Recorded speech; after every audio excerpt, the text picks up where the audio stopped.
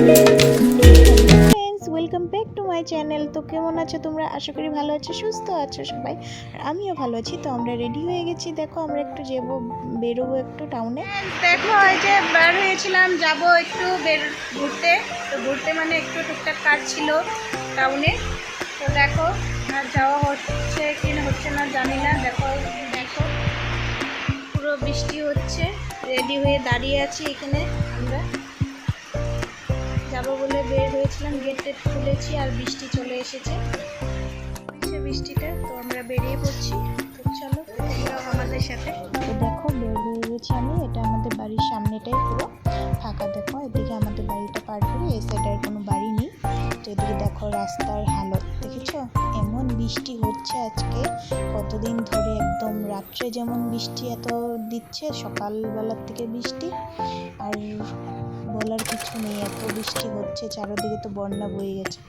এই সাইডটার রাস্তাটা দেখেছো কি হয়েছে, কয়েকদিন আগে সবাই পয়সা উঠিয়ে রাস্তাটা বানিয়েছিল, আবার রাস্তাটা পুরো কাদা কাদা হয়ে গেছে। আগে তো পুরো জল জমে থাকতো এই জায়গাটায়। আমরা এখন যেটা রাস্তা দিয়ে যাচ্ছি এই জায়গাটা পুরো জল কাদা হয়ে থাকতো। কদিন আগে বানানো হয়েছে রাস্তাটা। তো তারপর দেখো আমরা বেরিয়ে পড়েছি, অনেকদিন পর একসাথে যাচ্ছি আমরা তিনজন। কারণ অনেক দিন হয়ে গেছিলো আমরা একসাথে যাই না। আমি গেলে ছেলেকে নিয়ে টাউন যাই, কিন্তু ডান্স ক্লাস ওইসবের জন্য যাই। আবার বর গেলেও একাই কোনো সময় যাই, কিন্তু অনেক দিন হয়ে গেছিলো আমরা তিনজন একসাথে কোথাও বের হইনি। তো আজকে বের হলাম। ভাবছিলাম, ফার্স্টে ভেবেছিলাম বৃষ্টি দেখে ছেলেকে রেখে যাব, তারপর ভাবলাম না, নিয়ে যাই, ছেলে একটু ঘুরে আসবো দিদা বাড়ি থেকে। তো আমি ফার্স্টে যাব আমার মায়ের বাড়িতে। তো ওখানে ছেলেকে রেখে আমরা একটু যাব লাইটের বিল দিতে, দেখতে পাবে তোমরা।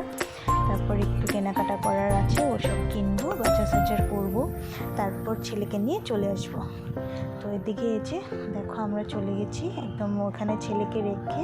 আর ওটার ভিডিও ক্লিপ নেওয়া হয়নি, বৃষ্টি চলে আসছিলো। তো ছেলেকে ফটাফট রেখে চলে আসলাম। এই যে দেখো আবার বৃষ্টি পড়ছে পুরা। তারপর লাইটের বিলে ওখানে গেলাম, এত লম্বা লাইন দেখে আমরা এদিকে চলে আসলাম।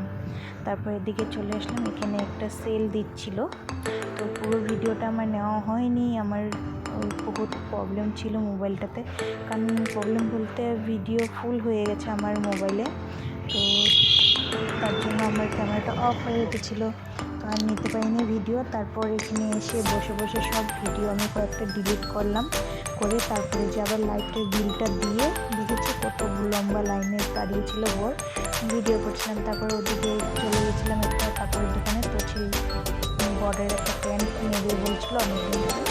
তো প্যান্টটা নিয়ে আমরা ডাইরেক্ট চলে এসেছিলাম ওদিকে সবজি বাজারে। দেখতে পাচ্ছি তোমরা, এদিকে আদা রসুন পেঁয়াজ নিয়ে নিলাম, আর ওদিকে নিয়েছিলাম আলু পেঁয়াজ এসব নিয়ে এদিকে আমরা চলে গেছিলাম তারপর সবজি বাজারে। আর সবজি বাজারে কি বলবো তোমাদেরকে, তোমাদের এদিকে কেমন দাম সবজি প্লিজ কমেন্টে জানিও, তোমাদের এদিকে কেমন দাম। আমাদের এদিকে তো ভীষণ দাম সবজির।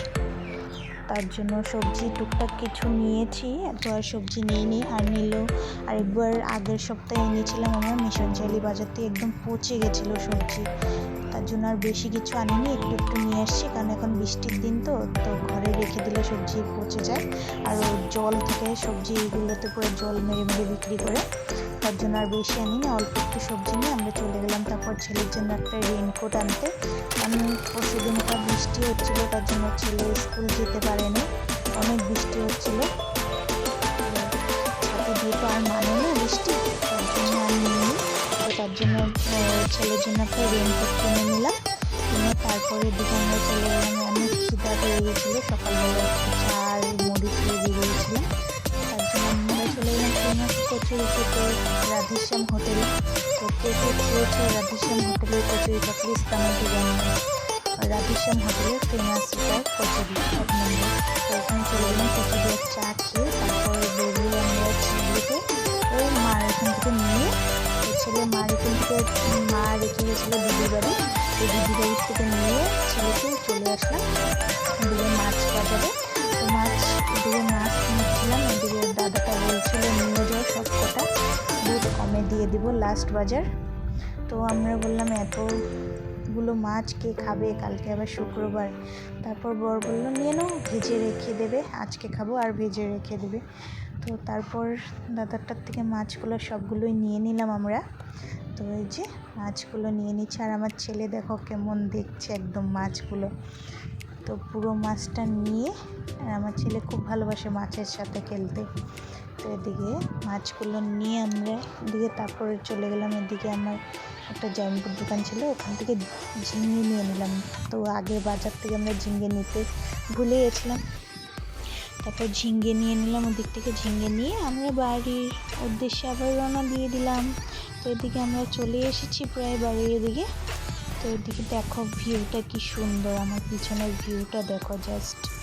এদিকে পুরো জল জমে আছে, এদিকে মাছটা ঢেলে নিচ্ছে, আর এটা মরাগুলো বলে কেটে দিতে। তো আমরা শাশুড়িটা দেখো দাম সবজি কি করবো, আলু আর পেঁয়াজ নিয়ে চলে এসেছি। আর এই যে এই কটাই সবজি এনেছি, তার জন্য তোমাদের সাথে যা দাম সবজি শুনে আর সবজি আনিনি, যে মাছই আনলাম।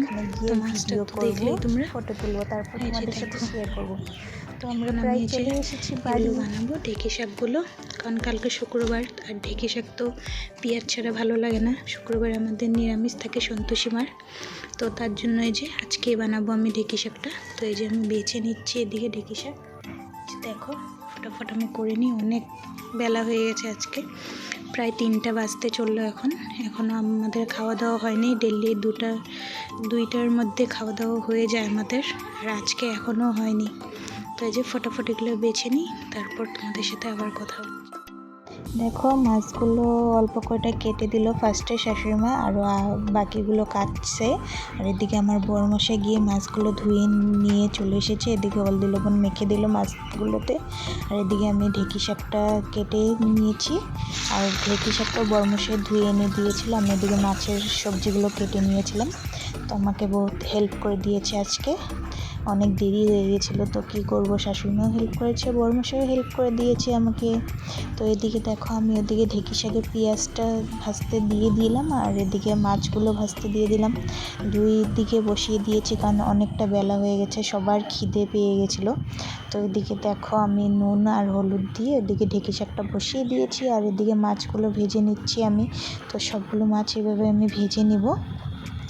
তো মাছগুলো ভেজে তারপর মাছের তরকারি বানাবো, আর ঢেঁকি শাকটাই বানাবো, আর কিছু বানাবো না। আর শাশুড়িমা আগে, আমরা আসার আগে ভাত দেরি হচ্ছিলো বলে ভাত আর সবজি কিছু ছিল না, তার জন্য আলু সিদ্ধ বসিয়ে দিয়েছিল। তো ভাত আর আলু সিদ্ধ, আর এদিকে আমি মাছ আর ঢেঁকি শাকটা বানিয়ে নেব এখন। তো এদিকে ঢেঁকি শাক আর মাছটা বানানোই আমাদের আজকে দুপুরের খাবার। তো ঢেঁকি শাক হয়ে গেছে, এদিকে আমি মাছটা বসিয়ে দিয়েছি। মাছটা ভেজে আমি এদিকে ভুল এনেছিলাম, জবা ভুল আর জিকা আর আলু দিয়ে মাছটা বসিয়ে দিয়েছি। নুন হলুদ দিয়ে আমি বসিয়ে রেখে চলে গেছিলাম। আমি ওদিকে আমার আরও সবজিগুলো ঠিক করলাম। তো এদিকে দেখো তারপর আমি জিরা গুঁড়ো, ধনে গুঁড়ো আর লঙ্কা গুঁড়ো দিয়েছিলাম। তো তোমাদের সাথে আর শেয়ার করা হয়নি ভিডিও, তো এটাই দিয়েছি আর কিছু না। তো এদিকে ঝোলটা ফুটে উঠলে আমি মাছগুলো দিয়ে নামিয়ে নেব। দেখো এদিকে খাওয়া দাওয়ার পর একটু শুয়েছিলাম, তারপরে এদিকে শাশুড়িমা সন্ধ্যা দিয়ে দিচ্ছে, আমি ওদিকে চা বসিয়ে দিব। তো এদিকে সন্ধ্যা দিচ্ছে শাশুড়িমা। তো এটা হলো ঠাকুর রুম আমাদের।